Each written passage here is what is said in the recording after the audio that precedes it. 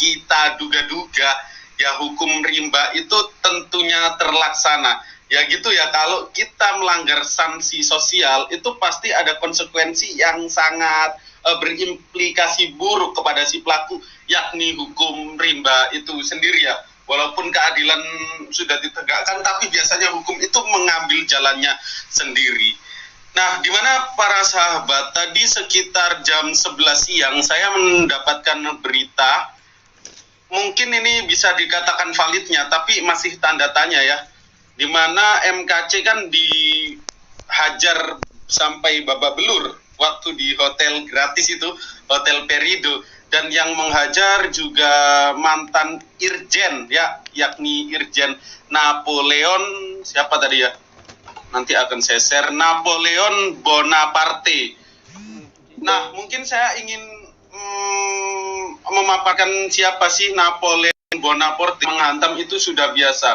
Oh, ini dipublish Jumat 17 September di newsdetik.com ya. Jakarta, kasus penistaan mendapat pengakuan tersangka penganiayaan. Kasusnya adalah pelapor melaporkan bahwa dirinya telah mendapat penganiayaan dari orang yang saat ini jadi tahanan di Bareskrim Polri. Ujar karo Penmas Divisi Humas Polri Brigjen Rusdi Hartono dalam jumpa pers di kantornya. Itu sejauh ini polisi telah memeriksa 3 saksi. Sudah ditindaklanjuti laporan polisi ini, telah memeriksa 3 saksi, kemudian juga mengumpulkan alat-alat bukti yang relevan, tuturnya. Dan saat ini sudah pada tahap penyidikan, ya, berarti tahap penyidikan ya para sahabat, dan tentunya penyidik sedang mengumpulkan alat-alat bukti lainnya yang relevan. Tentunya untuk menuntaskan kasus ini, nanti alat bukti itu akan dilakukan gelar perkara dan akan menentukan tersangka dalam kasus ini, sambung Rusdi.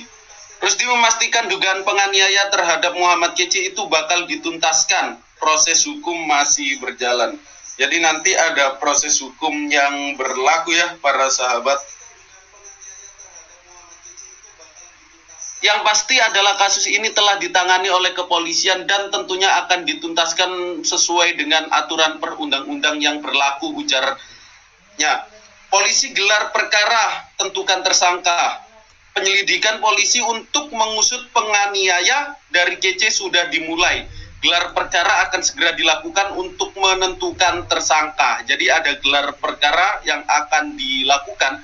Kita belum menentukan tersangkanya. Sekali lagi penyidik akan menggelar perkara dan menentukan tersangka. Sisi lain kita mendapatkan info para sahabat di mana yang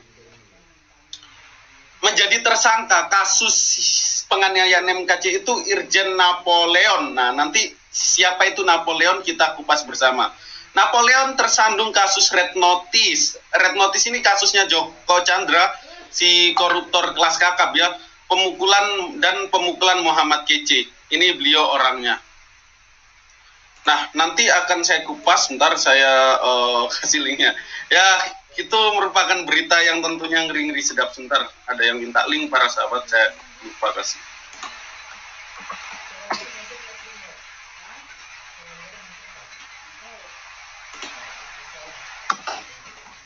Cek suaraku mantap ya. Oke, kita lanjutkan. Nah, tadi ada berita menarik di sisi lain, di mana yang terduga terindikasi melakukan penganiayaan atau pemukulan terhadap si Kosman Cornelius itu adalah Irjen Napoleon, ya. Itu tadi sudah saya share, mungkin saya share lagi ya.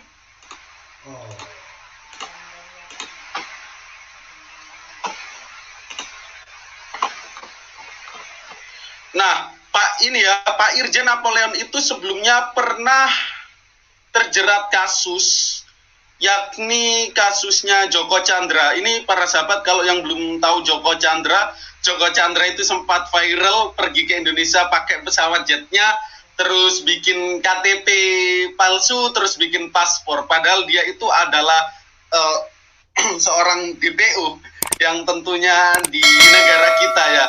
Nah, tetapi Pak Irjen Napoleon ini terjerat kasus diduga memberikan red notice kepada Joko Chandra. Jakarta Kabarim Komjen yang terindikasi menganiaya. Nah, para sahabat, kalau kita cek siapa ini Napoleon Bonaparte, terus kok bisa namanya itu, ini menarik sekali.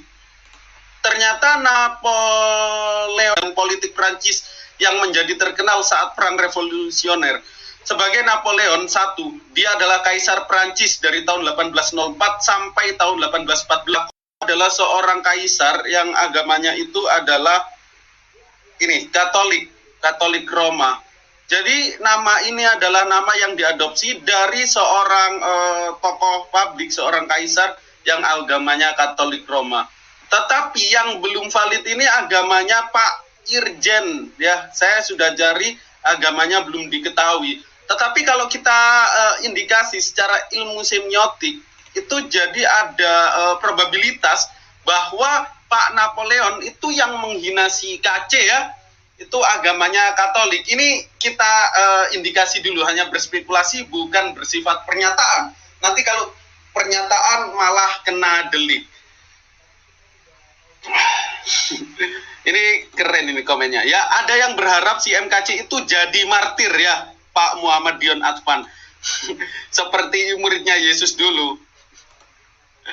Nah, jadi MKC ini terkena hukum rimba, ya, tentunya. Di mana hukum rimba itu ya sangat berlaku sekali, bukan berlaku sih. Itu sangat kita ketahui dan sangat kita sering jumpai yang namanya di dalam lapas, di dalam bareskrim. Karena apa? Sesama tahanan gelut itu udah hal biasa. Kalau para sahabat sering nonton film Hollywood, ya, misalnya kalau ada mafia-mafia yang sudah ditangkap lalu masuk ke dalam kantor polisi, itu pasti ada terjadi yang namanya sebuah perkelahian, dan itu sudah biasa. Nggak mungkin sampai dia itu melaporkan gitu-gitu. Itu saya rasa terlalu lebay. Nah, psikologinya di sini yang bisa kita nilai antara kasus si Kosman Cornelius dan kasus Yahya Waloni itu apa ya? Kasus Kosman Cornelius itu dipantik terus agar menjadi api yang membesar seperti angin puting beliung. Itu yang awalnya kecil akan membesar terus karena para oten-oten itu selalu menyuarakan kasus si Kosman. Nah, inilah kegabrulan mereka. Beda dengan kasus Ustadz Yahya Waloni. Ustadz Yahya Waloni diem-diem. Gak sampai tuh juru bicaranya ngadain konferensi pers. Nah, sedangkan si Kece juru bicaranya malah ngadain konferensi pers. Terus juru bicaranya itu bahlul sekali, tidak lain dan tidak bukan adalah si Udin Ibrahim yang dipilih menjadi juru bicara. Ini suatu pilihan yang bad. Jadi bad choice, bukan good choice. Tetapi kalau kita bandingkan dengan kasus Ustadz Yahya Waloni itu ditangani oleh kuasa hukum dari Himpunan Advokat Muslim Indonesia. Yang minta itu bukan Ustadz Yahya Waloni sendiri, tetapi Dr. Abdullah Al-Katiri sendiri yang menawarkan jasanya dari kami, ya, para sahabat, untuk menjadi janggal of innocent, ya, para sahabat. Di dalamnya ada asas praduga tak bersalah. Dan kalau Ustadz Yahya Waloni itu bisa dikatakan salah dan tidak bersalah, itu harus menunggu putusan untuk membersihkan namanya Ustadz Yahya Waloni. Karena Ustadz Yahya Waloni itu nanti kalau dia tidak bersalah, maka dia itu terkena pencemaran nama baik dan Ustadz Yahya Waloni bisa melaporkan balik. Nah, bedanya dengan MKC ini dan kru-krunya serta kurawa-kura untuk memecah belah bangsa saya itu setuju yang dikatakan sang debater. Jadi para begoders dari Oten ini harus berpikir jernih. Paul Jang ini jelas memanfaatkan situasi dan memainkan kasus MKC ini sebagai bentuk arogansi dia agar terwujud, yakni memecah belah bangsa. Warahmatullahi wabarakatuh. Penatwa Translator. Waalaikumsalam warahmatullahi wabarakatuh. Pak Pendeta Abednego dan juga Ivan Silah yang dicintai Allah Azza wa Jalla di live komen Goldian Boy dan juga Slayer komen penumbalannya Kosman oleh Tritungs menjadi korban pukulan dosa telah dimulai. Nikmati. Yesus aja kuat, masa Kosman gak kuat? Ya nggak? Nikmati itu Tritungs. siapa tahu dia menjadi saint. Nah, gitu kan.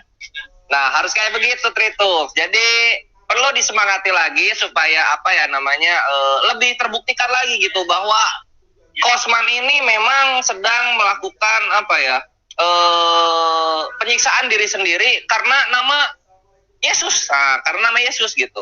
Sehingga ayo semangat terus dibela, dan jangan lupa itu keluarganya Kosman, kalian mesti nafkahi selama Kosman sedang melakukan prosesi yang kalian sendiri lakukan. Begitu loh, Tritus. Kosman begitu karena siapa? Karena support kalian, sehingga Kosman menuai apa yang sudah ditabur. Rasakan, nikmati itu. Terus mengenai apa? Zang yang bilang soal apa makar itu, dan kemudian Otems atau Tritungs ini sepakat, bagus.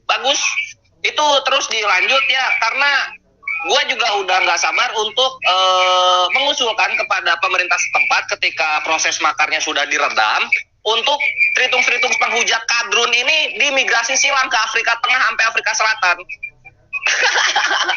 ya kami menantikan itu Tritung. Zang, silakan kalian berbuat sesuatu yang mungkin kalian rasa itu benar demi kebesaran nama Kristus. Kami di sini menantikan.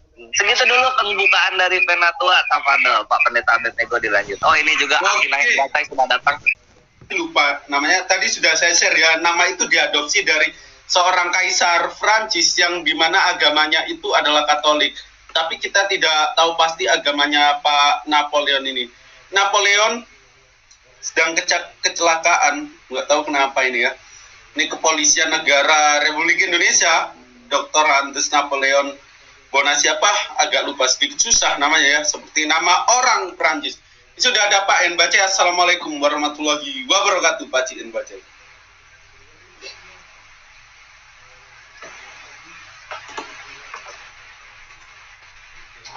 Pak Enbace masih di mute. Iya. Assalamualaikum warahmatullahi wabarakatuh. Waalaikumsalam. Ada apa nih ceritanya nih? Oh, ada berita ngeri-ngeri sedap ya. MKC katanya dihantam sampai babak belur, dan terindikasi yang menghantam MKC itu Oten sendiri, Pak Ci. Gimana nih? Kalau memang dipelasah, di penjara itu biasa. MKC itu Oten sendiri, Pak Ci. Begitu ya. Cuman cerita ini kan beritanya sih memang udah santai lah aku dengar ya. Assalamualaikum warahmatullahi wabarakatuh. Waalaikumsalam warahmatullahi wabarakatuh, Ustadz Sugi. Sabar, Ustadz Sugi, kita kasih pacit dulu. Silakan. Irjen katanya menganiaya. Saya tanya besar. Irjen nih pangkat dah jenderal, kalau nggak salah bintang 1 ya di kepolisian tuh ya. Kalau Irjen tuh ya. Ya. Ini tidak logis rasanya. Tidak yakin lah saya. Dia mungkin saya kasih pengantar dulu, Pak Enbace. Bro Napoleon Bonaparte ini pernah terjerat kasus memberikan red notice kepada Joko Chandra. Joko Chandra itu seorang koruptor yang... Ini suaranya mantul-mantul, Bang Guldian. Cek. Suara YouTube Ustadz Sugi yang dimatiin. Di sini nggak mantul, Ustadz Sugi. YouTube Ustadz Sugi ya. Oke, mungkin aku lanjutkan ya. Di mana Napoleon Bonaparte itu adalah seorang... Oh iya, maaf. Oke, Napoleon Bonaparte itu adalah mantan jenderal, Pak Enbace, yang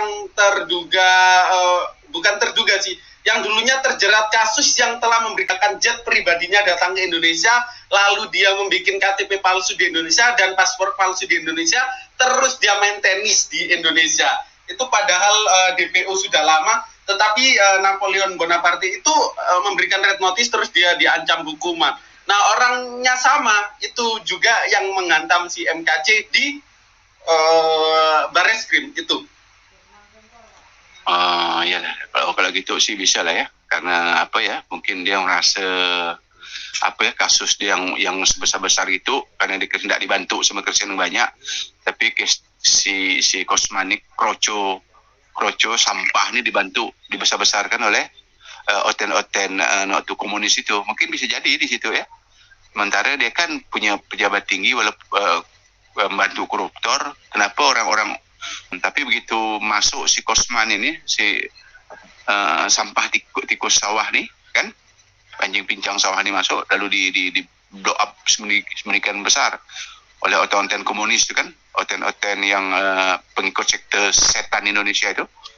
Mungkin nggak bisa dia marah kan, wajar ya, apalagi sama-sama di situ kan kasus ke apa, apalagi dia tahu mungkin dengan kasus dia kan tetap top lah dia kan, si MJK ini kan tetap top lah kasus dia, tetap kedengaran lah, karena orang-orang di LP itu udah pegang-pegang HP, gak kulihat.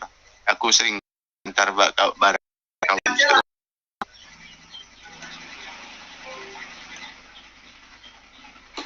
Oh sorry, masih mute. Oke, terima kasih Pak Gian Bacai yang baru datang. Assalamualaikum warahmatullahi wabarakatuh. Sabar, kita gantian. Kita kasih ke Ustadz Sugi dulu. Tafadhol Ustadz Sugi.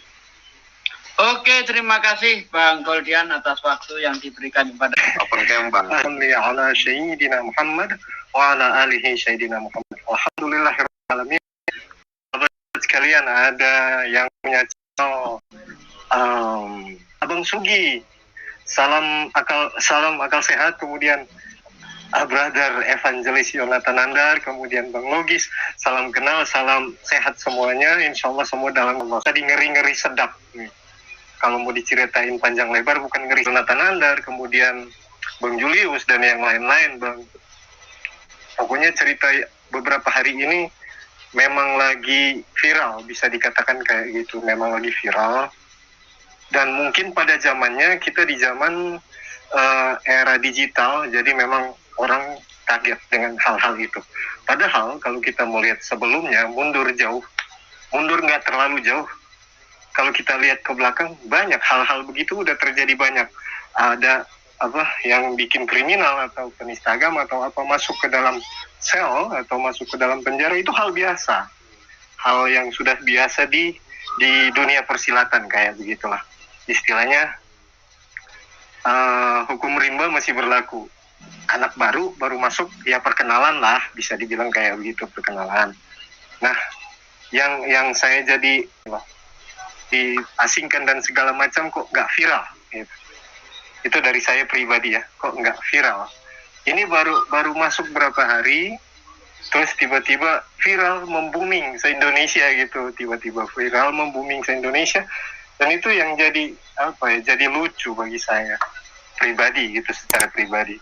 Sementara kalau mau lihat yang benar gitu, para ustadz kita, sampai salah satu penjarakan, tapi nggak pernah istilahnya diviralkan kayak gitu kan. Wah, ini apakah sebelah pihak ataukah kayak bagaimana? Mungkin itu ya nanti kita lihat pemerintah dan ini yang lihat apa salah apa benarnya kayak gimana gitu. Tapi yang pasti kalau saya, ini hal biasa sih sebenarnya, hal-hal kayak begini. Bonyok-bonyok silahkan gitu kan. Kalau kata orang timur sini, sendiri suka sendiri rasa kayak gitu. Lu yang bikin, lu yang ngerasain. Kira-kira seperti itu Bang Goldian Boys. Lanjut. Oke, thank you. Itu yang disebut resiprokal. Lo mukul 3 kali, lo bakal dipukul 3 kali pula. Oke, selanjutnya silahkan Pak Logis.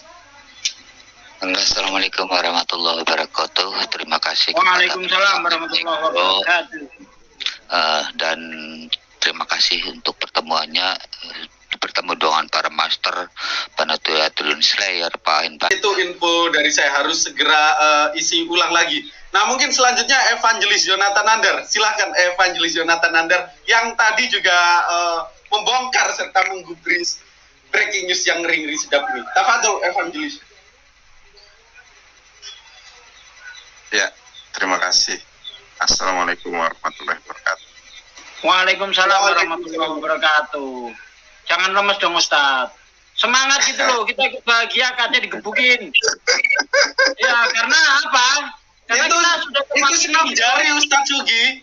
Bang Nandar, kalau di kantor polisi itu namanya senam jari, sapan hangat. Kalau misal teman-teman sering lihat film Hollywood atau film India yang ceritanya itu tentang kriminal, itu pasti kalau ada orang masuk penjara dikasih salam hangat.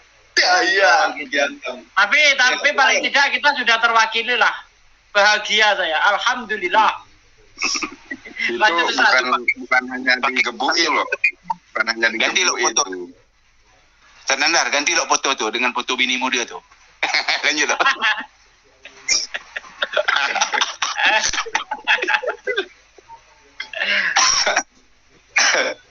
Itu kabarnya saya nggak tahu ya dari channel Kan juga itu. Ika lain sebagainya.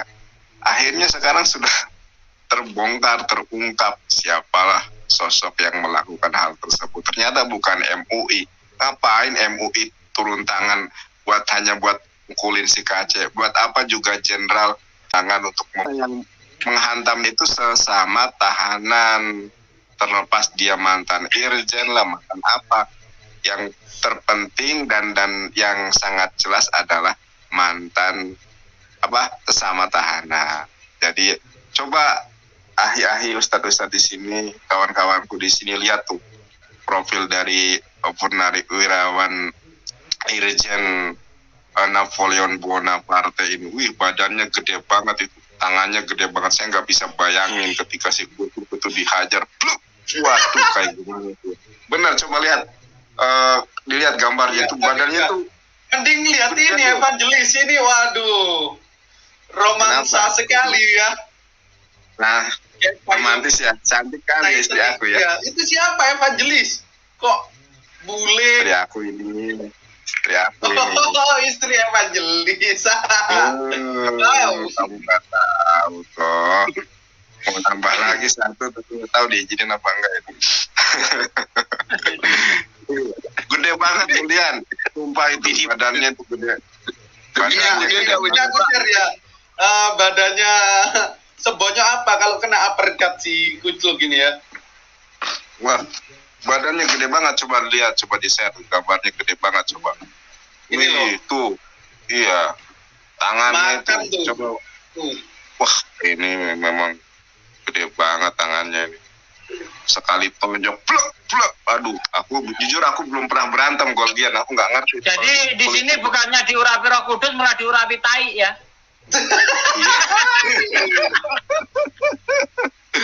Aduh, kasihan banyak. Nah, ini nama-nama Kristen, mohon maaf nih kalau nggak salah. Aku salah nerkain. Jadi mungkin Soalnya saya share sedikit lagi ya.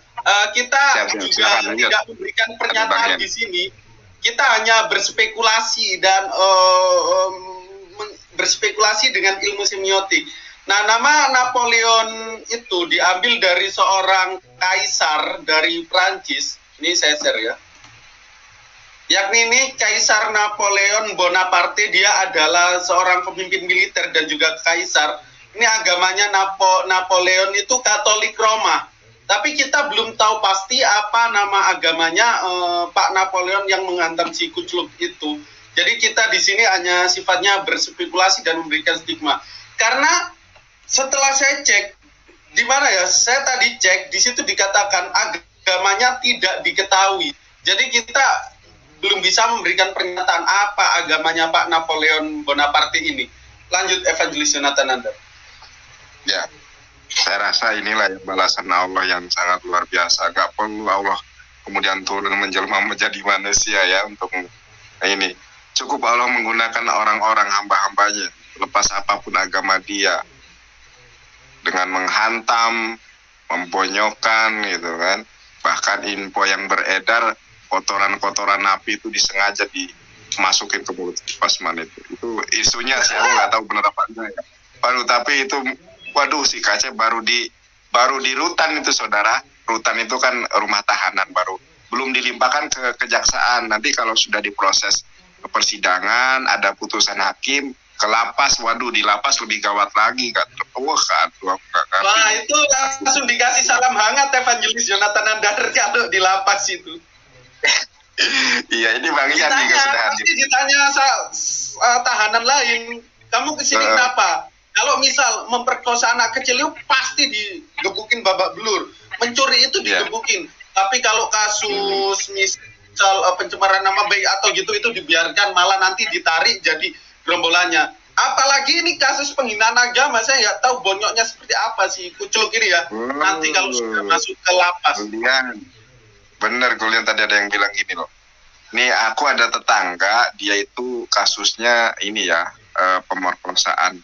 Mencoba kayak baru mau mencoba memperkosa gitu. Itu mohon maaf ya, kesaharnya atau kemaluannya itu dibalsemi loh. Jadi sesuai nih. Iya, itu betul, yang Ustadz Sugi, Evangelis, kalau di lapas itu juga begitu.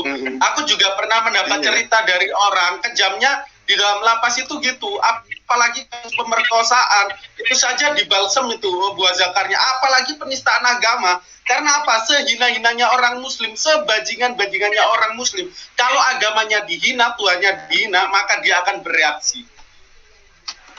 Apalagi kaca ini. Ya, apalagi kan kaca ini udah viral ya.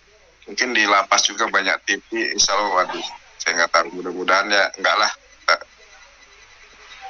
Terima kasih banyak.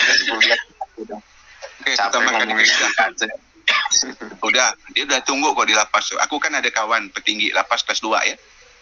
Petinggi ketuanya lah kan, bosnya lah, dia kan big boss lapas kelas 2. Aku bilang dah ini foto nih orang. Oh udah bang, udah kami edarkan seluruh Republik Indonesia lapas nih. Masuk di mana pun dia, ya kan? Tunggulah kau sana.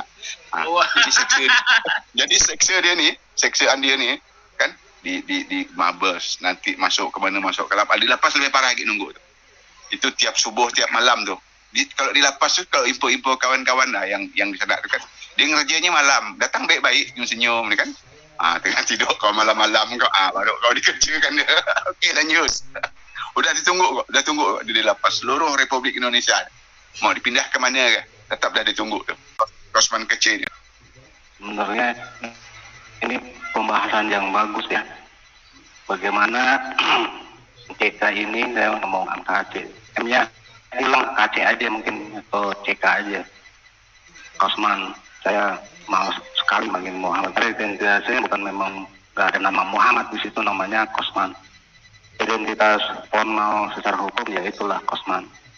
Itu yang dalam artian khususnya di YouTube ya, si MN ini sangat langsung menyerang kepolisiannya, bukan oknum kepolisian ataupun siapapun di situ. Zong memang zong ya, nol dia, nggak ada ilmu-ilmunya. Dan kita tahu sering ya, mungkin Goldian sering pernah sama Slayer, sama Cuma, banyak nanda termasuk Goldian semua hari Jongin. Itu sangat membabi buta terhadap pengukulan penganiayaan lah, atau sebutnya 351 penganiayaan 70 UHP. Di sini akan jelas siapa yang menganiaya, akan terlihat. Alhamdulillah Allah membuka Sabir ini salah satu mantan polisi, sebenarnya belum mantan. Kalau masih pakai irjen berarti masih polisi sebenarnya. Apakah itu secara di kepolisian ya, di Kapolri, apakah ini sudah dipecat dengan tidak hormat? Dipecat itu diberhentikan dengan tidak hormat, apa masih dengan hormat? Kita lihat irjennya ini apa masih ada atau tidak. Tapi karena undang-undangnya putusannya 4 tahun kalau nggak salah ya, putusan termasuk Pinangki yang 10 tahun divonis pengadilan negeri, pengadilan tingginya jadi 4 tahun. Sama Pinangki ini Joko Chandra kalau nggak salah, tindak pidana korupsi. Nah, beliau ini Pak Napoleon ini, saya takutnya salah masih pakai irjen atau enggak. Soalnya kalau memang ini kan ranah Polri ya, bukan ranah kita. Kalau orang bersalah, divonis di atas salah, ya pun tercopot dari irjen. Ini harus kita perhatikan itu, kita nggak mau memaksakan apa ya atau tidak. Yang ketiganya, Pak Napoleon ini salah satu terpidana tindak pidana korupsi yang sudah ingkrah mungkin ya, kalau nggak salah di Polda Tinggi mungkin kasasi saat ini atau gimana, belum ingkrah kalau dia kasasi. Kalau belum ingkrah yang masih terdakwa. Setelah vonisnya kasasinya turun, ya mudah-mudahan turun, saya belum terlalu banyak baca. Kalau salah sampai vonis 4 tahun kalau nggak salah. Kalau vonis 4 tahun ya ingkrah ya, berarti terpidana. Oke. Ini berarti ada di, kalau nggak salah, rutan Salemba, cabang Polri. Nah, ini harus jelas ya. Jadi bukan di rutan Polri atau di tahanan Polri. Ini harus jelas. Salemba, cabang Mabes Polri. Salemba, cabang Kejaksaan Agung Republik Indonesia. Jadi wewenang seluruhnya memang di Salemba. Kenapa? Ini biasanya agak terpisah karena hal-hal yang kemanusiaan lah intinya. Termasuk dulu ada satu kasus penistaan agama, itu Ahok ya. Itu pun terpisah karena ya, keamanan katanya. Oke. Nah, apakah nanti Kosman ini sama nanti kayak Ahok? Wallahu bisawab. Begitu ya. Jadi kita nggak akan ke arah sana. Tapi intinya kita tahu bahwa Polri, Kepolisian Republik Indonesia, ini telah ya tadi udah dijelaskan Goldian dan sebagainya, telah penyidikan kalau salah ya. Penyelidikan kita lihat nanti tadi Goldian lebih lanjutnya. Berarti yang menganiaya si Kosman ini bukan pihak kepolisian, jelas. Salah satu tahanan yang ada di Polri, yaitu Salemba, tahanan atau rutan Salemba, cabang Mabes Polri. Ingat ini harus tahu ya, mana tahanan yang sudah ingkrah atau masih sudah berjalan kan habis masa tahanan di Polri, harus dipisahin ya kemudian semua Iwan Villa. Berarti wilayahnya ada di Salemba. Maksudnya bukan wilayah ini ya, wilayah administrasinya ya. Walaupun bagaimana tetap mengenai disiapkan di Polri. Ini yang harus kita jelaskan. Makanya kita hati-hati dalam menyikapi permasalahan ini. Karena Polri dan Bonaparte mungkin ada kesinggungan apapun itu, kita tidak tahu, tidak boleh kita mengareka-reka. Tadi Pak Goldian ngomong kalau tadi nama betul, tapi kami tidak mau kesana ya Pak Goldian ya. Ya, jadi kita tidak memberikan sebuah pernyataan. Kalau pernyataan itu jatuhnya fitnahan. Gini, saya jelasin dikit kepada teman-teman yang tidak tahu ya, mungkin yang belum tahu. Sorry. Jadi kalau fitnahan itu ada deliknya, para sahabat. Tetapi kalau berbohong itu nggak ada deliknya.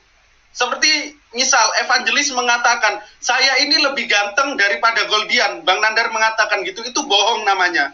Itu di dalam hukum nggak ada deliknya. Tapi kalau fitnah, itu ada deliknya. Seperti halnya Saifuddin Ibrahim pernah memfitnah bahwa FPI dan MUI pernah menginstruksikan untuk membakar gereja. Itu namanya fitnah. Dan itu ada deliknya. Kalau teman-teman mau melaporkan itu bisa. Tetapi kalau berbohong, itu nggak ada deliknya. Sudah saya kasih contoh, kalau evangelis Jonathan Nandar bilang, saya ini lebih ganteng daripada Goldian. Nah, itu berbohong. Dan itu nggak bisa dilaporkan, para sahabat.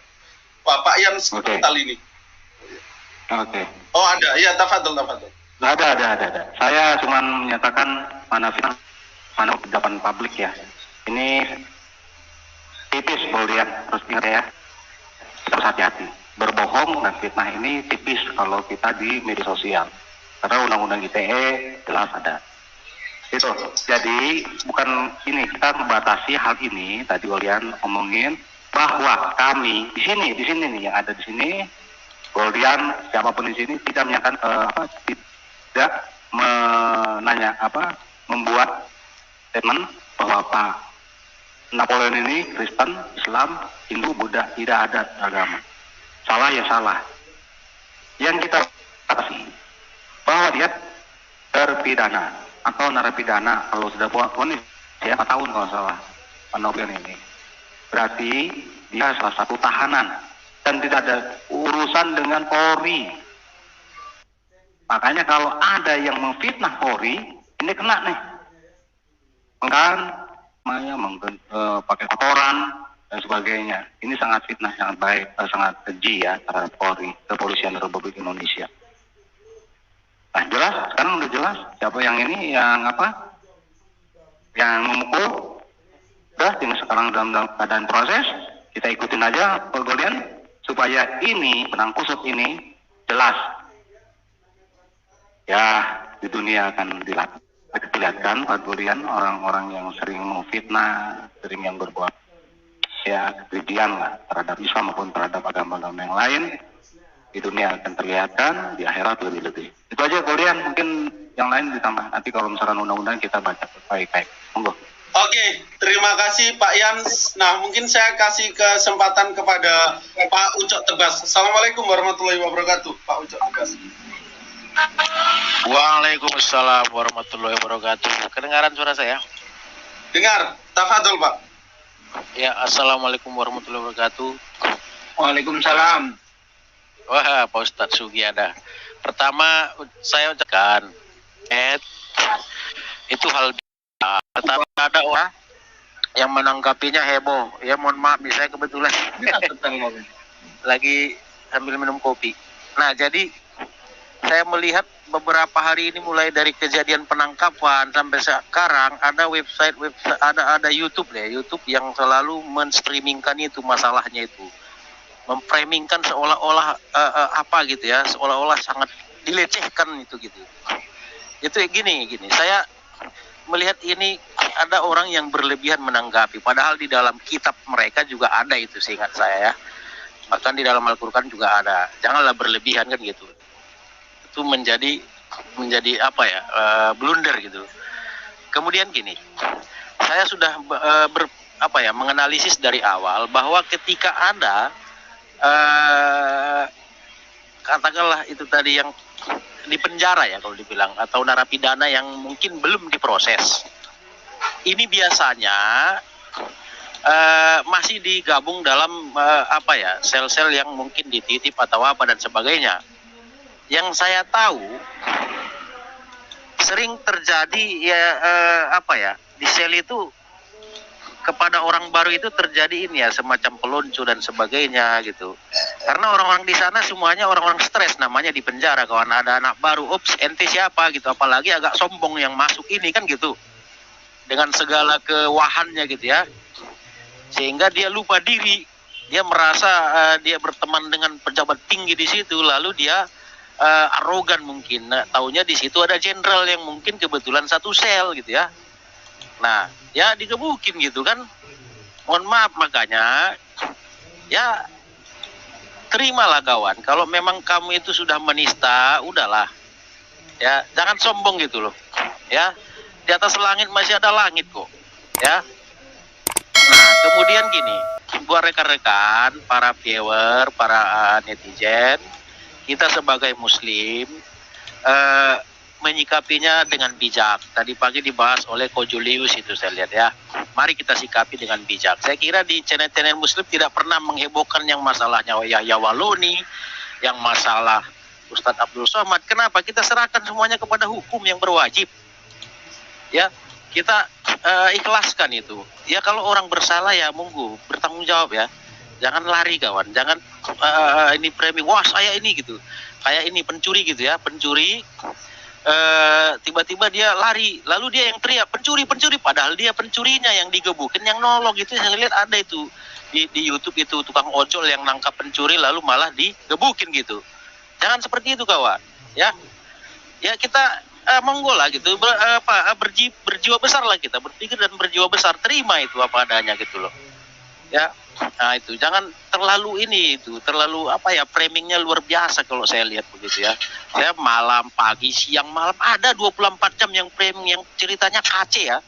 Saya tidak mau sebut Muhammad itu ya, karena itu bukan nama dia, itu yang dibilang Pak Ustadz Jonathan Nandar tadi ya, KC, Kasman ya, Kasman Cornelius itu orangnya ya. Kemudian jangan gara-gara ini juga kita menjadi brutal, jangan, no. Itu bukan ajaran Islam kawan. Ya, kalau salah ya salah gitu. Ya, jangan pula kita ikut-ikutan ribut gitu ya. Di live chat saya biasa itu. Tapi kalau di live chat memang beda sih kadang-kadang ya. Kawan-kawan di sana juga suka menghujat dan sebagainya. Kenapa? Karena udah merasa terjalimi gitu ya. Jadi itu secara otomatis nalurinya keluar gitu. Nah, jadi itu yang saya pikir buat teman-teman, udahlah. Framing-framing seperti ini nggak perlu kawan-kawan yang di sebelah. Ya, santai aja. Ya. Biarlah dia bertanggung jawab atas apa yang dia perbuat gitu. Ya. Berani berbuat, berani bertanggung jawab. Baru digebukin. Waalaikumsalam warahmatullahi wabarakatuh. Ya, para sahabat, mungkin saya ingin menunjukkan sesuatu ya. Yang diinginkan mereka itu si Trinitas ya, KC, Paul Jong dan Saifuddin Ibrahim itu seperti ini. Dia ingin seperti Tuhannya kayaknya ya, seperti junjungannya. Bentar. Bentar, tuh gedein.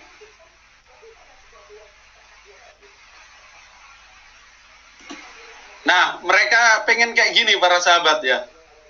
Ini kan si Kujuk, ini si Udin ini tukang fitnah. Dan ini kalau kita kasih ini auto kena ini ya, fitnahnya transparan, menuduh FPI menginstruksikan membakar gereja, menuduh MUI. Si Jong ini yang paling biadab ya.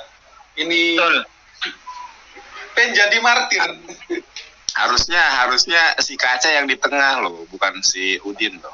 Karena yang dikorbankan kan si Kus loh. Oh, si Kosman ya harusnya yang di tengah. Iya, diganti Goldian, harusnya si Kucluk yang dikorbankan. Oke. Nantilah.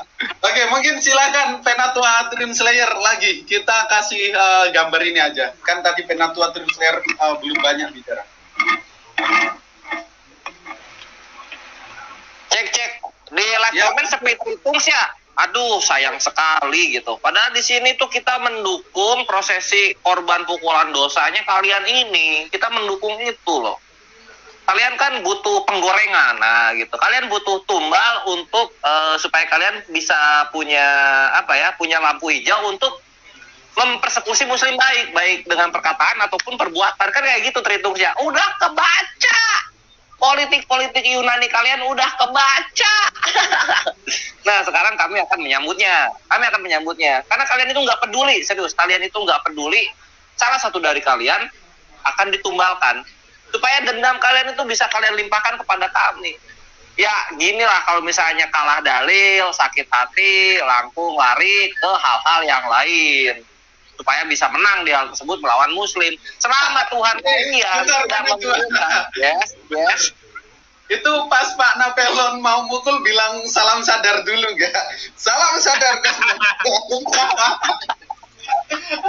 Ini ada apa ini? Ada doa yang paling mantap ini di live chat saya ini. Semoga ada nabi yang mau menghajar si KC lagi. Wah, mantap itu. Enggak, ini Pak Irjen nih bilang gini. Coba Osman bilang lagi alhamdulillah Yesus cedrak langsung tuh. Ledak lu, Osman. Coba ulangi lagi katanya kan. Ulangi lagi seperti di videomu. Assalamualaikum warahmatullahi Yesus cedok. Aduh. Alhamdulillah Yesus tai di mukanya. Buset. Jadi panci mukanya tuh jadi tai. Dikit kores nambahin, ini kan kadang-kadang masih ada orang yang menyuruh Napoleon ini menulis si Kosman ini. Tolong yang memang tahu menyuruh, tolong kasih identitas Anda terlebih siap. Kalau yang menyuruh di MUI kita tangkap bareng-bareng, ayo. Nah, ya. Karena begitu kita pukul rame kalau memang harus dipukuli, gitu kan? Betul nggak? Nah, ayo berani ngomong, berani bertanggung jawab dengan identitas tadi dari siapa ya? Tadi putus siapa? Lupa saya. Makasih ya. Saya hanya ngomong begini supaya anda yang fitnah melakukan hal itu. Biarkan kepolisian saat ini lagi menyelidiki atau penyidikan ini mukul karena sebab akibatnya. Kami tidak akan bicara sini sebab akibatnya. Tapi yang pasti siapa yang menabur? Gimana? Goldian? Ya, gimana Pak Yan? Ayatnya apa? Ayat gimana? Siapa menabur angin, itu menuai badai dibilang. Siapa menabur angin? Bukan, ada ayatnya itu gimana? Yang ayat apa? Siapa yang nanam itu yang akan Tabur tuai, ya itu siapa yang menyabur dia yang menuai. itu ada ayat yang di bawah, lupa saya tuh. Mungkin Pak Sugi. Itulah Osman. Itu. Oke, lanjut, Koles. Oke. Nah ini nih tiga wajah ini sih, si manusia tanpa leher, si Tripungs Polos, sama si badut Yunani ini, bertiga ini mereka akan memimpin Tripungs penghujat Eksodus menuju Afrika. Ya, mereka bertiga akan memimpin Eksodus. Ini nubuatan Penatua. Nah, jadi Tripung siap-siap ya. Siap-siap kalian cari tiket pesawat yang paling murah. Yang nggak mampu ya mintalah kepada pendeta-pendeta penghujat kalian terhadap Islam gitu. Mintalah dana gitu. Siapa tahu dibeliin kapal kan, atau dibeliin apa sih namanya tuh? Bentor. Nah, naik bentor lah kalian ke Afrika sono. Karena Indonesia, di mana negara ini adalah 5 terendah dalam kasus pembunuhan, buat kalian itu kurang adil buat kalian.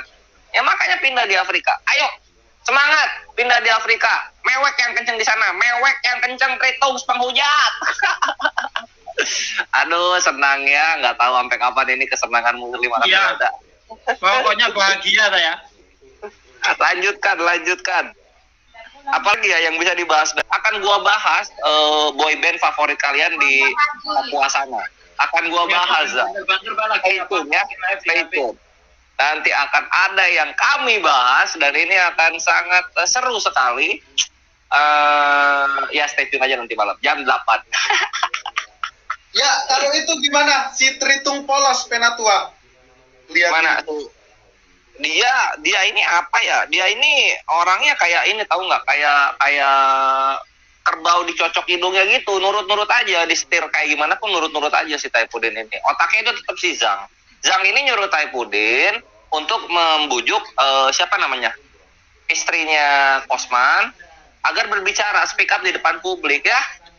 Gimana mau ngomong ini orang istrinya kena kasus kan dengan Kemenak mengenai kuota haji. Iya. Karena mau diusut coba. Karena Kosman ini masih mikir keluarganya, dia sangat sayang keluarganya, berbeda dengan Zhang si psikopat tanpa leher ini kan dia udah nggak peduli keluarganya kayak gimana gitu. Nah, Kosman ini masih mikirin keluarganya nggak mau, maka Kosman nggak akan mau untuk meramaikan kasus ini gitu. Cuma Zhang itu nge-push terus, ayo dong, bikin rame dong, ayo bersuara, siapa namanya Ibu Wattpad. Nah, cuma nggak tahu nih sekarang gimana sikapnya, apa masih nggak akan bersuara atau mau bersuara. Gue sih nyarinya, ayo semangat Tritungs penghujat yang lebih gencar lagi dong. Apa kek kalian bertakia, misalnya kalian membunuh sesama kalian lalu kalian tuduhkan kepada muslim kan bisa kayak gitu kan, ya nggak? Kalian kan jago bertakia Korintus kan, lakukanlah sesuatu yang spektakuler gitu. Mitnah MUI dan kepala kepolisian aja kalian bisa, masa kalian membunuh sesama terus fitnahkan kepada muslim nggak bisa? Ayo dong, semangat, harus bisa. Kalian kan jago drama. Yunani itu kabaret Yunaninya sangat menjual gitu, sangat banyak di pasaran. Masa kalian tidak mewarisi darah lawak Yunani dan kabaret Yunani? Tritungs, semangat, ayo supaya jadi kita memaksa kalian migrasi silang ke Afrika Tengah sampai Selatan gitu loh, Tritungs penghujat. Ini takut kepenuhan mereka, takut kepenuhan. Di Kristenan akhir-akhir ini kulihat kan memang satu aib atau kehinaan besar mungkin buat mereka kalau mereka itu tidak berbohong, berdusta, memfitnah, ya kan, menghujat tuh kayak aib besar gitu di keyakinan dia gitu kan. Makanya ringan ya dia ya, memfitnah MUI, memfitnah Kapolri gitu. Beban bagian dari umat ke orang yang berdusta ke Rasulullah kan. Tapi dia tidak ada sama sekali. Senang ya gitu kan. Dan pengikut-pengikutnya itu pun tidak ada yang mau, tidak boleh gitu. Janganlah kita memfitnah, kita kan belum jelas nih. Masa memfitnah MUI gitu kan. Sama dengan Taipudin tuh. Gampang jadi bilang Habib Rizik tuh kita memerintahkan bakar gereja, membunuh orang Kristen. Berapa banyak ada orang Kristen dibunuh sini? Ini kan fitnah ini. Sebenarnya bukan delik aduan setahu aku ya. Bisa langsung ditangkap polisi itu harusnya kan. Mungkin polisi masih mau tuh lah, mau bilang mereka tuh ya. mereka tuh PKI, anak-anak PKI yang tahun 65 lo dendam politik pada Islam ini. Yang pada tahun 80-an tuh mereka eksodus, pindah ke Katolik, pindah ke Protestan, yang nampung mereka gitu kan. Nah, karena agama ini kan kualitas yang dicari dia, kualitas, kemudian yang penting banyak dapat persepuluhan oleh pastor pendeta pengangguran itu kan. Nah, lain ada gitu. Nah, ini yang sangat kita harus kita edukasi terus lah. Oten-oten yang masih mau lurus tuh kan, kalian yang masih mau pikir lah. Jangan sampai aku terus ngulang-ngulang kata-kata aku domba tak keledai, kalian aja sampai gitu. Itu kalau udah domba keledai itu dia berjalan pernah masuk lubang tuh. Kedua kali dia tidak mau lewat situ lagi. Biar dia ngeliling 200 km diputar kalian. Sampai tahun 2001 ya.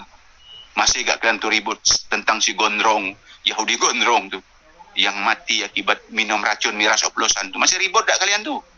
Yang bilang dia anak bapak, dia bilang bapak, di bapak seorang. Nah, macam-macam. Habis pikirlah kita, mudah-mudahlah doten bawah ya. Oke, makasih ya. Assalamualaikum warahmatullahi wabarakatuh. Mundur nih. Langsung ya. Banyak kawan-kawan di bawah mungkin mau gantian kan, oke? Aku pamit ya. Yuk, untuk dilangkah. Assalamualaikum warahmatullahi wabarakatuh. Saya share link. Waalaikumsalam warahmatullahi wabarakatuh. Saya share linknya di bawah aja. Ayo kalau terhitung masuk silahkan masuk. Nah, mungkin untuk Evangelis Jonathan Andar ada lagi mungkin Dengan orang yang menuai kebencian akan apa? Nah, orang yang menabur kecurangan akan menuai bencana dan tongkat amarahnya akan habis binasa, saudara. Ya, MKC ini khusus nih, ayat ini spesial buat MKC. Hukum tabur Amsal berapa? Amsal 22 ayat 8. Tapi di Amsal ada ayat favoritku loh, serius. Kalau mau tidur aku baca ayat itu ngiri kali. Apa tuh? Tanya Ustadz Sugi, tahu. Biasanya aku ceritain ke Ustadz Sugi ayat favoritku. Bikin bulu-bulu naik yang di. Yang ini, suamiku sedang tidak di rumah itu. ayat-ayat yang ya vulgar gitu lah. Enggak bercanda. Marah hingga pagi hari karena suamiku sedang tidak ada di rumah karena bepergian jauh itu. Kalau ayat-ayat vulgar aku paling hafal yang ini, Hidung Agung. Betapa cantik, betapa jelita engkau, hai tercinta di atas segala yang disenang. Sosok tubuhmu seumpama pohon kurma dan buah dadamu gugusannya. Kemudian ayat itu lanjutannya, ku ingin memanjat atau ku ingin memegang gugusan-gugusan itu. Ini dewasa banget, kalian jangan kalian kalau sudah nikah nggak apa-apa. Iya. Canda. Ya lanjut itu Evangelis ayatnya. Ya, itu ayatnya tuh. Orang yang menabur kecurangan akan menuai bencana dan tongkat amarahnya akan habis binasa. Artinya tongkat amarahnya bagaimana loh si KC ini kalau lagi menyampaikan wejangan kebenciannya itu begitu menggebu-gebu mau sampai teriak-teriak dia. Dan amarahnya itu justru yang akan membinasakan dia. Nah, dia menabur kecurangan, maka dia akan menuai bencana. Kecurangan apa? Banyak hal yang terjadi kecurangan dia. Pertama, menyuruh istrinya membuat kesaksian, mantan haji lah itu, tek-tek bengek lain sebagainya. Dan hal yang kocak terjadi, saudara. Di situ dia katakan, aku berhaji katanya 2 kali dalam setahun. Aku nggak habis pikir ini dari mana gitu kan. Mungkin dia nggak, aku dari kitab mana itu. Di mana-mana itu ya kalau masalah haji itu ya cuma sekali dalam setahun. Nggak ada khilafiyah di dalam hal ini. Orang Islam, rukun Islam itu kan berhaji. Haji itu cuma ada 1 kali di dalam setahun. Nah, kalau umroh berkali-kali pun nggak apa-apa. Mungkin umroh mungkin ya. Tapi kok bisa ya, dia bilang haji? Ustaz Andar. Waktu itu kan saya dengarkan lagi katanya si Permuntatin Bot, umroh. Sejak kapan waktu musim haji ada umroh? Nah, makanya itu. Maju kena, mundur kena itu si kotrok itu. Aduh, parah. Iya, makanya itu. Nipu nggak tanggung-tanggung mereka nih. Kompak nipunya itu. Melakukan penipuan itu ya. Heran ya. Itu di setting itu sama si ya bulu-bulu lah kita tahu. Ya iyalah. Kalau itu udah ketahuan istrinya KC ya udah pasti settingan. Tapi nyetingnya itu yang nyeting pekok. Nggak ngerti. Oh iya, Ustadz Tunggul dan teman-teman, katanya si KC giginya udah copot satu, ini bener atau tidak ini? Aku dapat info dari masa copot satu, harusnya kalau copot bisa, 5 dong. Coba Kalau copot satu kurang lah, copot 5, kayak 2, 3 lah. Kalau satu mah ya nanti tunggu lagi kalau lihat 5, 3 ya udah nggak bisa, kalau udah tua itu bukan gigi susu lagi. Nggak bisa tumbuh kalau murid itu sama dia, gimana ya, aku gak bisa bayangin sumpah. itu Demi kebesaran nama Kristus. Demi kebesaran nama Kristus. Makan, Kosman. si KC disuruh mengamalkan ini loh, dua raja-raja Yes, yeah. Ayatnya ada. Ayatnya ada. Dibuka ayatnya biar gak Ayatnya berapa, Ustadz Sugi? Tai dan minum air kencing di atas tembok itu loh. Iya, Itu 18. Kalau berapa? dua raja-raja 18 dan 27 itu. Kalau nggak satu raja-raja, dua raja-raja lah, agak lupa saya. Dua raja-raja aja. 18 ayat 27 itu. Ah, ini Kosman ini 27. Ah ya betul nih. Tetapi juru minum agung berkata kepada mereka, adakah Tuanku mengutus aku untuk mengucapkan perkataan-perkataan ini hanya kepada Tuanmu dan kepadamu saja? Bukankah juga kepada orang-orang yang duduk di atas tembok yang sedang makan tainya dan minum air kencingnya bersama-sama dengan kamu? Ini dia suruh ngamalkan ini. Iya. Lagi di dalam tembok kan, Osman, udah pas, nubuatnya terjadi udah. Terjadi makan tai berdasarkan Bible. Mantap. Jadi MKC lagi mengamalkan ayat ini ya, Ustadz Sugi. Iya. Itu rasakan tuh makan tai. Pokoknya saya bahagia banget. Wih, ini kebahagiaan saya ini lebih dari dapat uang 1 miliar ini. Bangga saya, alhamdulillah ya Allah. Kau telah mewakilkan dendam kesumatku gitu. Mantap.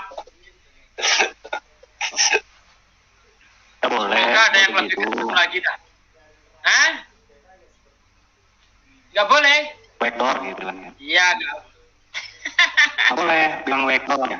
Nggak usah kayak itu backdoor. Mungkin saya tahu backdoor itu. Blackdoor. Asal Bang Yan kok putus-putus ya? Dan apa suaranya?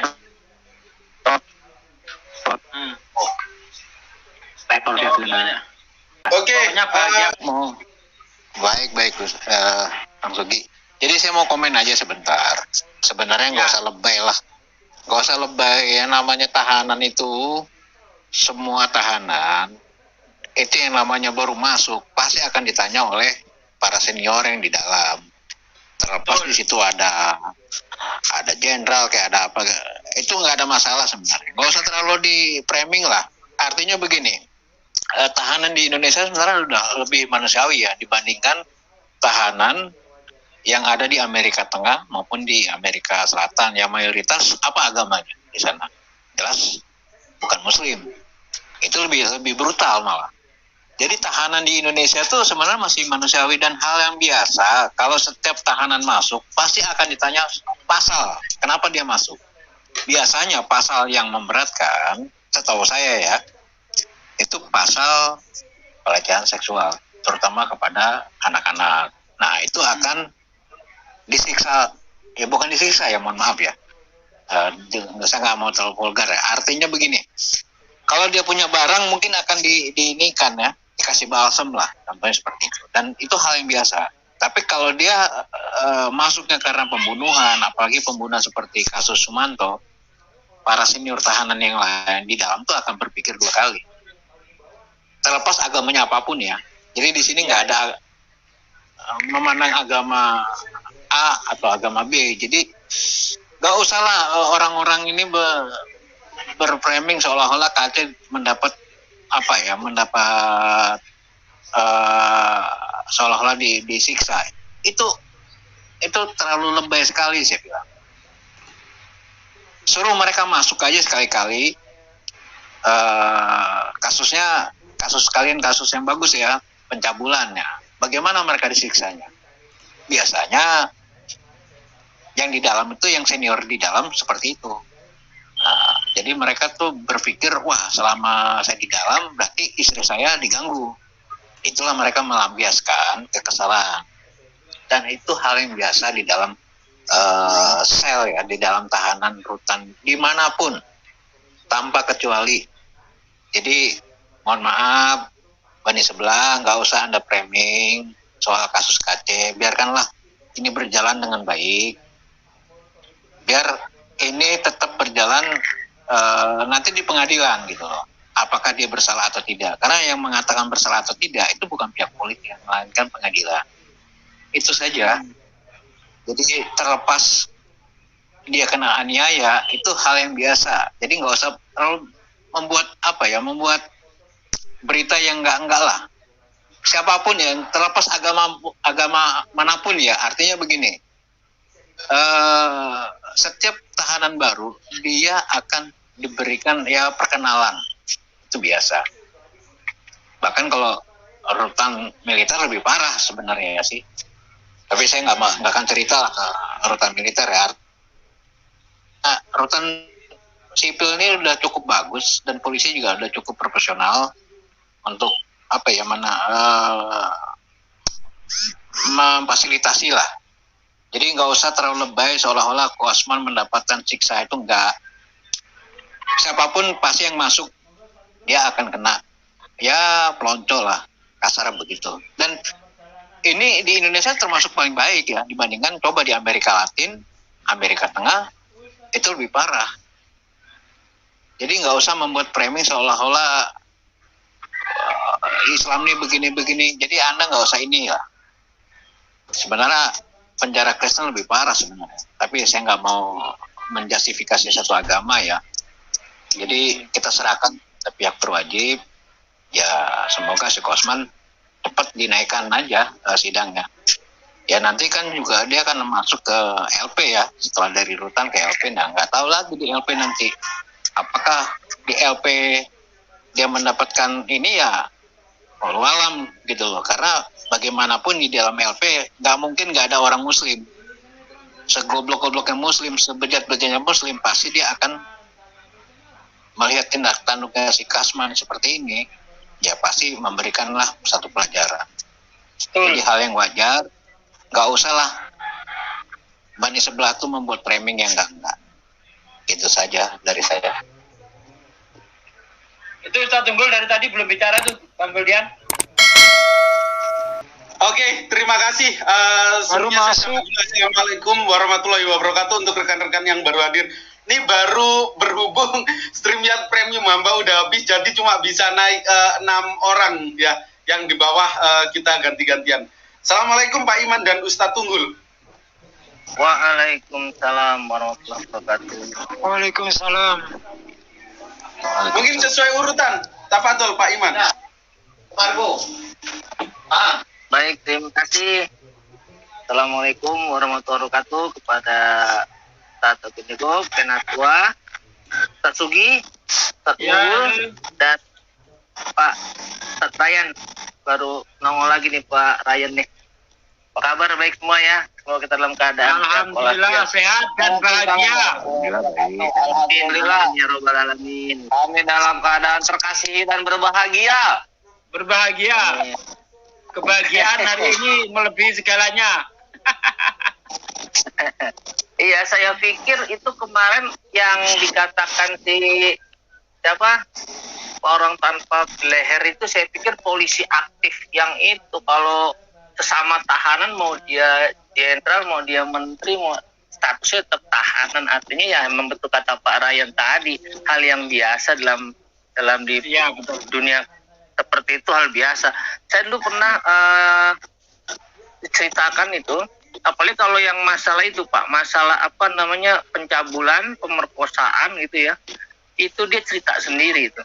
Jadi kalau yang ditanya masalah pencabulan itu di penjara itu hukumnya itu apa?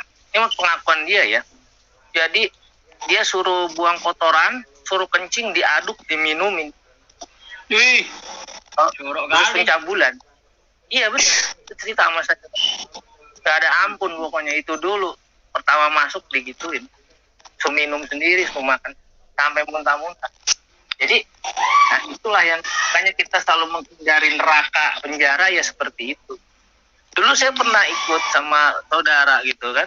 Hanya sekedar keliling-keliling gitu. Itu kalau ada orang baru, wah berebut itu satu penjara minta itu. Karena apa? Ya tadi kan, biar yang paling bawah jadi punya junior. Kalau di penjara kan gitu hukumnya. Kalau ada yang masuk baru, statusnya ini naik lah, gantian dia kan. Apa dia suruh mikir, Iya. apa dia suruh, iya. Makanya, ya itulah. Itu mah sudah tahu semua, orang sudah tahu semua masalah masalah di penjara. Cuman yang di blow up-nya itu kan kadang-kadang gini, dipukul, pingsan, dipukul lagi. Saya rasa kalau lihat fisiknya Napoleon, badannya keker, sekali tonjok jatuh. Nggak mungkin lah, artinya paling sentil hidungnya doang, paling Napoleon sentil gitu doang paling cara. Tapi kalau sampai pingsan 3 kali, kayaknya sih enggak lah, mati lah orang dipukulin. Saya pikir hebohnya itu jenderal siapa, ternyata ya beliau juga yang ngelolosin Joko Chandra kok buktinya. Artinya ya nggak tahu kan, nanti sama-sama tahanan, sama-sama orang bersalah. Ya wajar-wajar saja, beritanya itu kan yang bikin apa namanya, yang bikin orang itu gimana ya. Saya sempat tanya sama saudara, gimana tuh si itu? Dia bilang, ya mas itu, katanya ada kabar-kabar itu. Ya paling sentil hidungnya gitu aja paling. Kalau sampai mati mau nggak mungkin. Karena pas sampai mati, wah resikonya gede. Ya tadi bener kata yang semua di sini itu, ya emang itu perkenalan biasa seperti itu. Karena saya dulu nyaksikan sendiri gitu. Saya dulu waktu muda kan kalau pulang kuliah, kalau olahraga, disuruh kakak, suruh ikut ke kantor ya, bantuin dia meriksa kan. Terus kakak kan di Propam sana kan, di Propam Polda kan, suruh ikutin ngetik-ngetikin. Itu kalau tahanan-tahanan ya begitu, senangnya kalau ada orang baru. Seneng banget ya, karena yang tadi yang paling bawah ada yang ini apa namanya, ada yang gantiin. Udah habis jadi pesuruh. Naik grade, jadi naik grade tahanan. Naik grade. Iya naik grade. Ya betul gitu Pak Aryan ya. Gitu kan ya, kalau dia junior baru yang itu jadi naik kan, gantian. Nah, apalagi nanti kalau ya Amit di Cipinang, aduh, udah ampun-ampun lagi. Dari segala macam. Itu masih mending pakai tangannya jenderal. Kalau pakai tangannya tadi tukang bunuh apa enggak, nanti dia itu dia rasakanlah seperti itu gitu. Cuma beritanya itu di blow up. Makanya kemarin saya sampaikan lebih baik pihak Polri, karena beritanya ini sudah nyasar kemana-mana gitu, ke masalah politik, ke masalah keluar negeri. Saya bilang kalau bisa yang ada di room si Pauzang tuh dipanggil. Kominfo juga harus kasih peringatan. Siapa yang merilai atau ikut di room panggil, karena orang ini asal asbut aja gitu, nyebutin nama orang seenaknya. Itu kalau misalnya bener dia bilang Pak Ponto itu kan, Brigjen Ponto itu kan kalau nggak salah ini mantan itu ya, mantan bin ya, kalau nggak bin Kabais. Dia nyebut orang itu, kalau misalnya dipanggil itu kan fitnah jadinya kan. Masa sekelas Pak Ponto seperti itu, nggak mungkin lah berhubungan sama orang seperti itu gitu. Itu mulutnya bahaya sekali, bisa dipanggil itu. Jangan-jangan kan bisa jadi kecurigaan tadi kan, jangan-jangan Anda nih memang ada maksud. Saya rasa sih itu aja sih. Betul kata Pak Ryan, lebay bener lah itu di penjara mah biasa hal gitu, biasa banget. Itu aja sih, terima kasih. Oke, terima kasih Pak Iman. Selanjutnya silahkan Al-Fadil Ustadz Tunggul.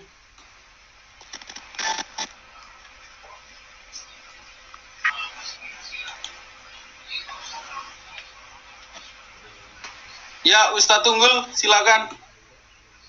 Monggo Ustadz Tunggul. Masih di mute. Dalam perjalanan Ustadz Tunggul biasanya. Ustadz Tunggul. Halo Ustadz Tunggul.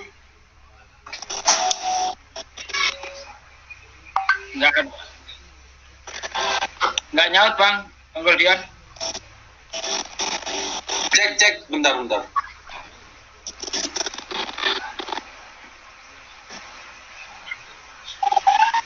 Wah, Ustadz Tunggul, ya itu tadi ya teman-teman, kalau masalah itu kita tahu lah, itu paling gampangnya lihat film Hollywood aja, itu nyatanya di dalam sel, itu pasti ada yang namanya perkenalan, selamat datang, begitu.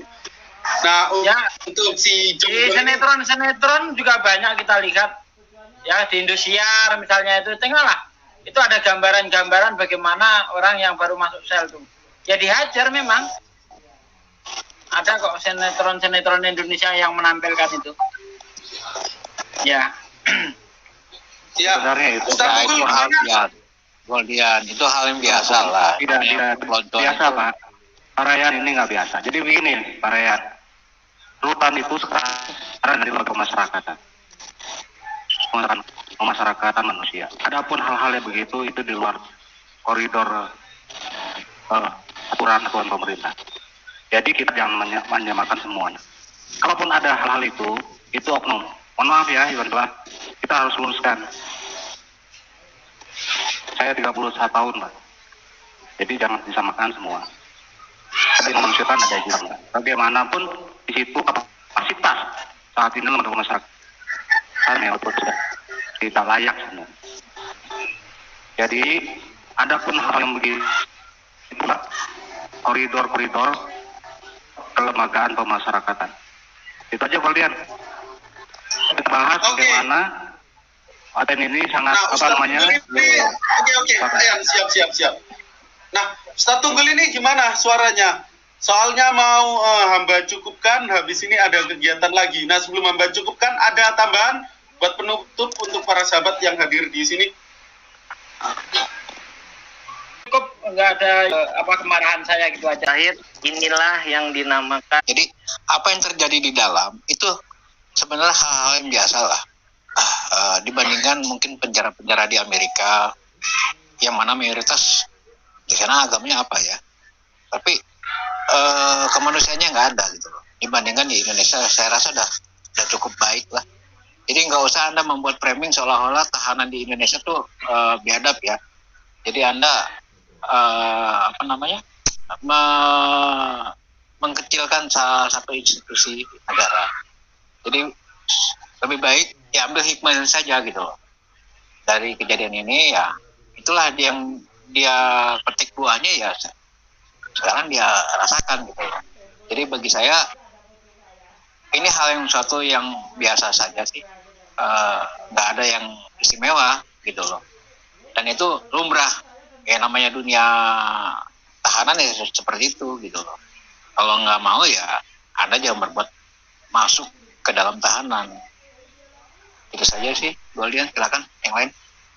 Oke, terima kasih. Mungkin saya rasa cukup. Kalau tidak ada yang lain yang ingin menambahkan, kita akhiri sesi live kita pada sore hari ini di sini ya, para sahabat. Dan saya mohon maaf apabila ada salah kata dari para rekan-rekan yang hadir di forum ini. Saya sekali lagi ucapkan mohon maaf karena kita ini hanyalah manusia biasa yang tentunya tidak luput daripada kesalahan.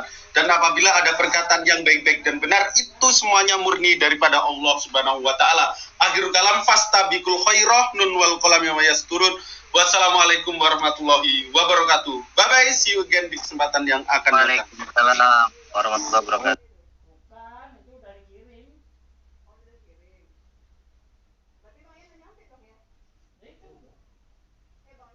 Mengisahkan itu pasti menggunakan bahasa induknya, bukan bahasa orang yang dikisahkan.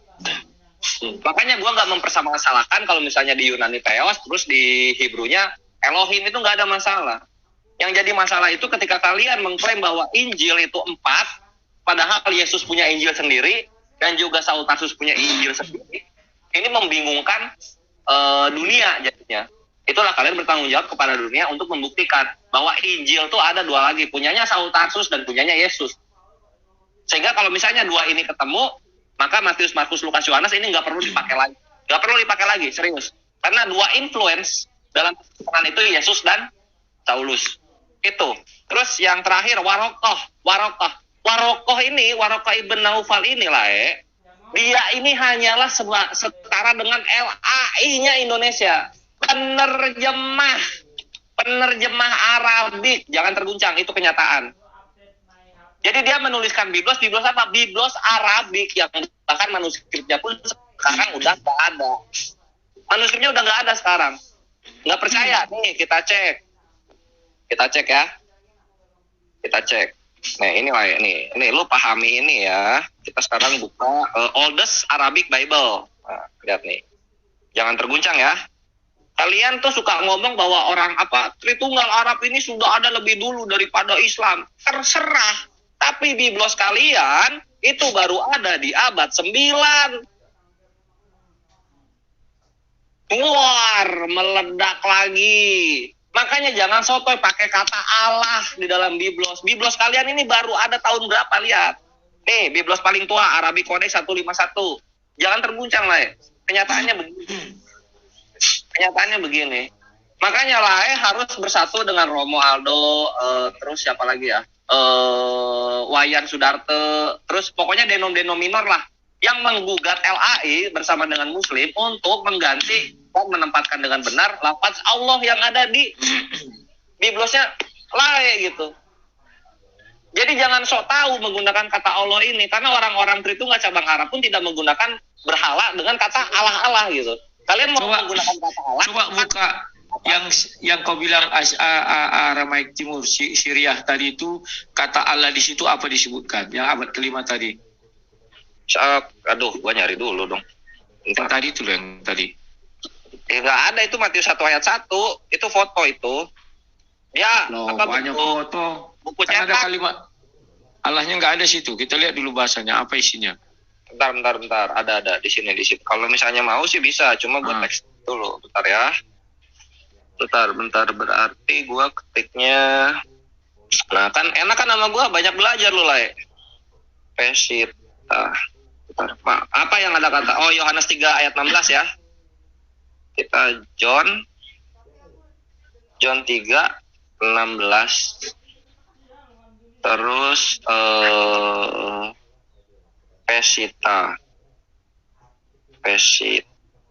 Pesita. Nah ini ada nih. Nah ini ya. Nah ini nih ada nih. Nah ini ya, Aramaik ya. Aramaik ya lah ya. Ntar gue disangka takia lagi. Kelihatannya lah ya. Nah ini coba bahasa Indonesianya apa sih? John 13:16 tuh. Oh lah ya. Gue tanya nih. Nih. Ya. Nih. Oke, sudah. Cakep ya? Buset, Ya. Selamat datang di kebenaran lah. Pertanyaan gua Oke, begitu saja. Ya gitu aja, simpel aja mau pengen. Siap. Aku jawab, Injil Kristus itu ada di mana? Sudah aku jawab dari tadi, di Bible. Tidak ada di luar Bible. Karena Yesus itu adalah firman Tuhan yang menjadi manusia. Maka seluruh ucapan Yesus itulah adalah Injil itu sendiri. Sudah? Sekarang aku mau membahas yang kamu bahas tadi. Ini sangat unik ya yang kamu bahas tadi, bahwa kamu mengatakan Isa itu ada di Aram Timur itu abad kelima. Ya, abad kelima loh, bukan abad ke-1. Apakah kau mau mengatakan bahwa Nabi Isa lahir di abad kelima? Apakah mau mengatakan demikian? Halo, Tes? Enggak. Nah, itu. Makanya, kalau kamu mau mengatakan Nabi Isa tidak lahir di abad kelima, maka dia lahir di abad pertama. Maka bahasa yang digunakan bukan Syria, bahasa Syria tadi. Saya percaya itu bukan bahasa Syria itu. Ya, itu yang pertama. Yang kedua, tadi kau memuntahkan sebuah kalimat bahwa Allah lebih dahulu ada daripada yang abad kamu bilang abad ke-8 atau abad ke-9 tadi. Iya, sementara kamu buka juga John 3 ayat 16 itu di dalam bahasa Syria tadi itu abad ke-5. Jadi artinya lebih dahulu abad ke-5 ada, baru abad ke-6. di mana Allah SWT itu ada setelah Nabi Muhammad. Kalau kamu tidak meyakini itu, artinya Allah SWT sudah datang ke kaum Syriah lebih dahulu, bukan ke Arab. Bukan ke kaumnya Nabi Muhammad. Tetapi ke kaum Syria dulu. Kalau dibilang ke Israel, orang Israel tak kenal Allah SWT. Tetapi orang Syria tadi, abad ke-5. Di bawah abad ke-5, Allah di mana? Kan itu pertanyaan lagi. Nah, kemudian, kalau kamu mengatakan bahwa Yesus Kristus itu, apa namanya tadi aku bilang, hanya bahasa Arabik yang bisa. Tidak, kawan. Ketika Yesus Kristus ada fakta sejarah mencatat, Israel di bawah penjajahan Romawi. Sehingga mereka bisa berbahasa Rum. Dan bisa berbahasa Yunani. Itulah faktanya. Sebabnya di salib Yesus ditulis dalam 3 bahasa. Kan itu. Ibrani, Yunani, dan Romawi. Itu satu fakta sejarah yang nggak bisa dielak-elakkan. Maka kalau dibilang ditulis dalam bahasa Yunani, bisa. Dalam bahasa Ibrani, justru dalam bahasa Ibrani, orang Ibrani, orang-orang Yerusalem itu menolak ketuhanan Yesus. Menolak kenabian Yesus. Kalau menolak kenabian Yesus, tidak akan ditulis itu dalam bahasa Ibrani. Sama dengan Al-Quran. Orang Yahudi menolak kenabiannya daripada Nabi Muhammad. Maka tidaklah Al-Quran itu ditulis dalam bahasa Ibrani. Tidak. Karena mereka menolak. Sekarang mengenai Waraka bin Naufal. Kamu bilang Waraka bin Naufal tidak ada bedanya dengan lain. Lembaga Alkitab Indonesia atau penerjemah. Tidak. Hadis Sahih Bukhari 3 itu mengatakan, dialah penulis Injil yang diizinkan Allah. Dia bukan hanya sekedar menerjemahkan, tetapi menulis Injil dalam bahasa Ibrani. Atas seizin Allah. Artinya, Injil Nabi Isa yang kau anggap abad ke-5 itu belum ada, belum ditulis. Maka dia menulis di abad ke-6. Loh, kok abad ke-6? Karena Nabi Muhammad 610 baru ditemui Jibril. Artinya 610 dia bertemu sama Waraka. Artinya Waraka tidak mungkin hidup 100 tahun. Dia manusia biasa. Maka dia antara zamannya abad ke-50, abad ke-5 dan abad ke-6, abad ke-5 akhir dan abad ke-6 awal. 610 masih bertemu mereka. Nah, kalau kamu mengatakan Waraka itu hanya seperti Lai, tidak. Lai itu sudah ada kitab suci, dia terjemahkan. Yang benar adalah belum ada satu kata pun di dalam keyakinan yang dituliskan. Jadi Warakahlah yang menuliskan kitab Injil. Sekarang, di mana kitab Injil Waraka ini? Jangan kau bilang Matius, Markus, Lukas itu bukan Waraka. Tetapi Waraka punya kitab Injil. Dan kamu mengakui tadi tidak ditemukan lagi yang asli. Siapa yang membuang? Karena ketika zaman Nabi Muhammad, Waraka masih hidup, masih bertemu mereka. Ini patut kita curigai, berarti ada yang membuang ini. Dan maka ditulislah bahwa itu sudah hilang atau sudah diubah-ubah, sudah diedit-edit. Siapa yang mengedit? Waraka yang menulis atas seizin Allah. Artinya Waraka tidak mungkin mengedit-edit, merubah-rubah, mengganti-ganti. Jadi hadis antitesis daripada ayat di Al-Quran yang mengatakan Injil sudah diubah-ubah. Siapa yang merubah? Karena itu terjadi 610. Dan Waraka 610 belum mati. Cuma dia sudah tua, ada buta. Dan demikian. Nah, sekarang kamu bertanya, Injil orang Kristen ada banyak gini. Tidak ada, Injil itu cuma satu. Dari Kejadian surah 43 ayat berapa tadi ya, 50 itu yang kau bacakan itu, jelaslah sini merujuk kepada siapa, kita pun masih bingung. 43-64 itu ya, 43-64. Sungguh Allah, dia Tuhanku dan Tuhanmu. Nabi Isa bicara kepada siapa? Oke, Tuhanku katanya. Berarti Tuhannya Nabi Isa. Dan Tuhanmu katanya, artinya kepada orang-orang Israel. Maka mereka menggunakan bahasa di sana karena masih Israel atau Yahudi. Zaman Yesus kau bilang. Mereka belum mengenal Yunani, kau bilang belum mengenal Romawi. Itu kan abad ke-5. Kita nggak bisa lagi cari fakta sejarah di bawah abad ke-5 mengenai Isa. Karena yang paling tua, kau sebutkan tadi abad ke-5. Kecuali kau bisa menemukan kitab di bawah abad ke-5, menuju abad ke-1, bolehlah. Yang ada Isanya hanya abad ke-5 tadi. Berarti Isa menggunakan bahasa Syria. Oke, barulah kau bisa mengatakan, wah itu Isa. Kan demikian. Karena di sana bahasa kalimat Allahnya Elah, kau bilang tadi, Eloa, Aloho, ya kayak marga orang Batak, Aloho, ya. Jadi itu bisa kamu bilang menjadi kalimat Allah, tetapi dia bukan Yesus. Tidak boleh kau mundurkan lagi ke abad 1. Kenapa? Kitab tertuanya abad ke-5. Oke, itu yang bisa saya sampaikan. Dan saya bertanya, kamu belum menjawab. Mana malaikat Jibril bertemu dengan Isa? Kalau ada, tunjukkan ayat. Kalau tak ada, kenapa? Silakan. Oke, ya. Untuk malaikat Jibril ketemu dengan Nabi Isa ini nggak perlu dijelaskan, karena ayat yang menyatakan bahwa Allah Azza wa Jalla berfirman kepada nabi-nabinya dengan tabir, malaikat, ataupun dengan profesi atau vision atau penglihatan, ini sudah secara general merangkum semua cara-cara Allah berfirman terhadap nabi-nabinya, gitu. Kecuali sang Kalimullah atau Nabi Musa alaihissalam yang berbicara langsung, gitu kan? Alhamdulillah. Nah sekarang ini yang lucu adalah Lae, tadi lihat data gua nggak sih Lae? Lihat nggak sih data gua Lae? Lihat. Nah cakep. Terus Yesus bahasa apa Lae ketika hidup? Bahasa Sunda. Sudah ku jawab 3 bahasa. Yunani, Romawi sama bahasa itu. Nggak ada datanya bilang kayak gitu. Yang Ada. jujur. Nggak ada. Yang jujur. Ada. Sebentar. Yang jujur datanya tadi gua bawa. Apa ayo? Terus kau bicara bisa menyari. Gua kira Nanti sebentar kau jawab bisa.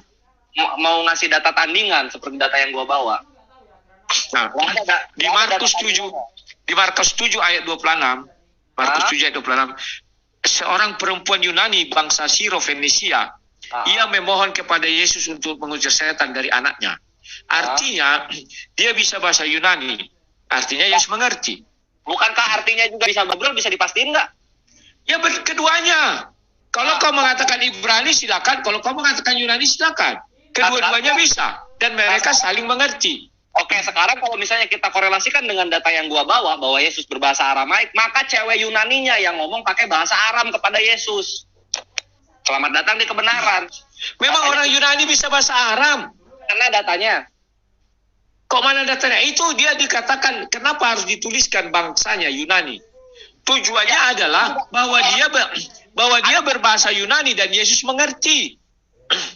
Dia tertulisnya orang Yunani, bukan berbahasa Yunani lah. Jangan takdia. Makanya aku bilang, kenapa harus dituliskan bangsanya? Bahkan dituliskan dari Siro-Fenisia. Karena yang namanya Yesus orang Israel ini sangat membedakan antara Goyim dan Amim. Antara orang non-Israel dan orang Israel. Sehingga bangsanya ditulis. Oke. Sekarang jawabannya, data gua ngomongnya Yesus berbahasa apa? Sekarang kita buka Yohanes 7 ayat 35. Enggak, data gua ngomongnya berbahasa apa itu Yesus? Ya aku nggak harus. Iya kan sudah aku bilang tadi. Kalau itu oke, abad ke-5. Thank you kalau gitu. Kalau memang Yesus menggunakan bahasa Syria karena abad ke-5. Abad ke-5. Abad apa Yesus? Abad ke-5. Enggak, Yesus hidup zaman apa? Yesus hidup zaman 1, tahun 1 sampai tahun 33, abad ke-1. Satu ini pakai bahasa apa kata data gua yang gua bawa? Tidak ada datamu. Astaga, lari lagi dia. Tidak ada datamu. Waduh. Data yang kau cari itu bukan itu. Aduh, ini Lae nggak bisa kemana-mana engkau Lae. Duhai Lae yang kukasihi, ini data tumpah-tumpah di Google. Lihat, ini nggak ada Yunaninya, hanya ada Aramaik saja. Jedwar mau kemana lagi Lae? Makanya kalau Yesus tahun 1 pakai bahasa Aramaik, maka bahasa yang sesungguhnya dipakai oleh kitab itu Aramaik, yang dimana kata Aramaik ini sangat dekat dengan Arab. Allah, keluar, selamat datang di kebenaran. Jadi pakailah dengan benar kata Allah di dalam biblos kalian, maka kita damai. Udah nggak bisa kabur lah. Mau apa? Yesus nggak pernah ngomong kayak sama sekali di sini. Sekarang aku tanya kau, kalau kau sebenarnya sudah makan buah si malakama. Yang mana? Kalau kau akui itu, maka Tuhan kalian itu Tuhan kami lebih dahulu, maka hapuslah di Al-Quran kalimat Allah. Kenapa bisa gitu? Ya jelas lah. Itu milik orang Nasrani, orang Kristen. Lah, orang Kristen Allah atau Allah? Lah, kau sendiri bilang tadi bahwa Tuhannya sama di surah 43, surah 43:64. Iya. Tidak sama. Oh, nggak sama? Ya, tidak sama lah. Kalau kau mengatakan sama, maka itu harus kau hapus. Sama seperti tuntutan Malaysia itu, jangan pakai gunakan kata Allah katanya. Kalau kami yang duluan, maka hapus, jangan gunakan kata Allah. Karena kau bilang asalnya dari orang Nasrani, Kristen. Iya, oke. Sekarang cerita Yesus ada di dalam Al-Quran nggak? Nggak ada. Ada itu Azukuf 64 kok nggak diganti ada? Ada itu Azukuf 64 yang dibacain tadi apa? Itu Nabi Isa alaihissalam. Yang ya, kau bilang itu. Sekarang aku tanya kau. Tuhannya Nabi Isa siapa? Tuhannya Nabi Isa siapa? Tuhannya Nabi Isa Allah, Azukuf 64, Al-Maidah 117. Nah, sekarang aku tanya dulu kau. Tuhannya Nabi Isa siapa kau bilang? Kalau kayak apa itu Yesus itu siapa? Atau Tuhannya Yesus yang di Bible kami lah? Susah dia. Apa? Kenapa? Halo, Tuhannya siapa? Aku tanya dulu kau. Aloho. Kok Aloho jadi Aloho? Itu Syria. Ya, itu kan Syria. Kau ambil dari kitab Syria. Itu kan kau ambil dari kitab Syria. Berarti sekarang gini. Sebentar. Berarti Yesus bisa bahasa Syria. Berarti Yesus bisa bahasa Syria.